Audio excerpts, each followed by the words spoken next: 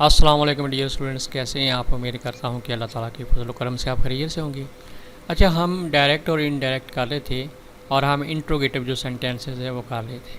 तो पहले मैंने आपको बताया था कि अगर अगर आपका सेंटेंस जो है ना वो WH फैमिली से शुरू हो, मतलब व्हेन से, विच से, वाई से, हु से, तो उनको कैसे करना है। इससे प्रीवियस वीडियो मैंने उसके ऊपर बनाई थी। तो आज मैं आपको बताऊंगा इन 4 सेंटेंसेस के अंदर कि अगर आपका जो सेंटेंस है ना, जो रिपोर्टेड स्पीच है, वो अगर हेल्पिंग वर्ब से शुरू हो रही, जैसे यहाँ पे आर है, हैव है, मे है और मे, ठीक है ना, यानी हेल्पिंग वर्ब से शुरू हो रहा हो तो फिर आपने क्या करना है। तो ये कुछ रूल भी उन्होंने लिखे हुए, ये देखें।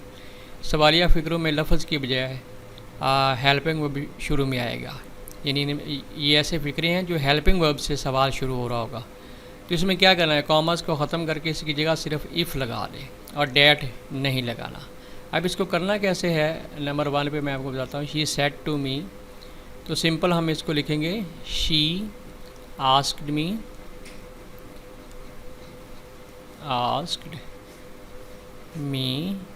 अच्छा, अब आपने यहाँ पे इन्वर्टेड कॉमा हटा के इफ़ लगाना है, ठीक है, डैट नहीं लगाना, इफ़। अच्छा, अब यहाँ पे देखें हेल्पिंग वर्ब के बाद जो प्रोनाउन है वो कौन सा है, तो सेकंड प्रोनाउन है यू, उसकी सब्जेक्टिव केस है। तो यू जो है वो मतलब कि रिपोर्टिंग जो स्पीच है उसका जो ऑब्जेक्ट है उसके मुताबिक, तो मी के मुताबिक होगा और मी की सब्जेक्टिव केस आपने लगानी है। शी आस्क्ड मी इफ़ आई, तो उसके बाद आपने हेल्पिंग वर्ब लगाना है। ये नहीं कि इधर आर लगा हुआ है, अगर आर लगा फिर उसको वाज में इसके मुताबिक कर देना, ठीक है। If I was, if I was going, going away,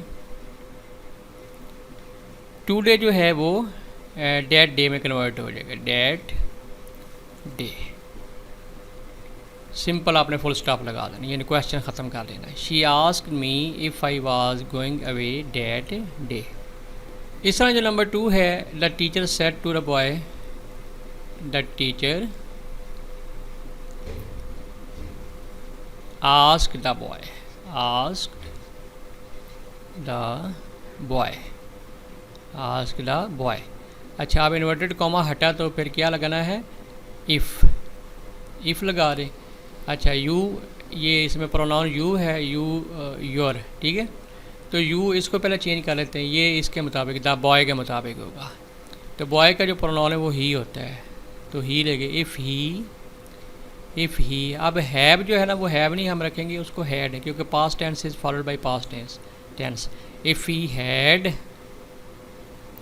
if he had done, done. अब योर जो है ना वो भी उसके मुताबिक, तो हिज आ जाएगा। If he had done his homework, his homework. The teacher asked the boy if he had done his homework. इस तरह हम नंबर 3 कर लेते हैं। The little boy said to the teacher, number 3, the little boy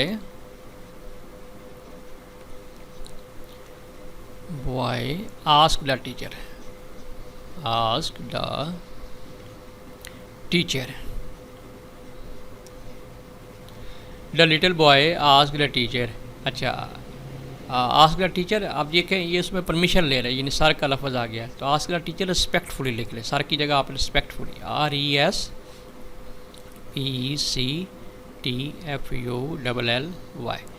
the little boy ask the teacher respectfully. अब आई pronoun है, इसको convert करें तो आई जो है ना ये बॉय के मुताबिक है। इफ़ इन्वर्टेड कॉमा हटे तो इफ़ लगा, इफ़ ही, इफ़ ही, मे जो है ना वो माइट में कन्वर्ट हो जाएगा, if he might come in. Simple full stop लगा रहे, सर भी लगाने की ज़रूरत नहीं क्योंकि हमने रिस्पेक्टफुली जो है ना वो लगा दी है। The little boy asked the teacher respectfully if he might come. उसके बाद हम करते हैं number 4, he said his father, number 4, he asked his father, asked his father, he asked his father। ये भी मे का इस्तेमाल है और इन्वर्टेड कॉमा हटे तो इफ़ लग गया, इफ़ आई जो है ना इसके मुताबिक होगा, ही के मुताबिक। इफ़ ही मे माइट में कन्वर्ट हो जाएगा। If he might dine with. अब ये जो यू है ना ये सेकंड प्रोनाउन है और ये फादर के मुताबिक, और फादर का जो है वो मतलब कि इसका जो है ये ऑब्जेक्टिव केस है तो इसकी ऑब्जेक्टिव केस यानी ही की ऑब्जेक्टिव केस हिम होगी। If he might dine with him, tonight का डेट नाइट।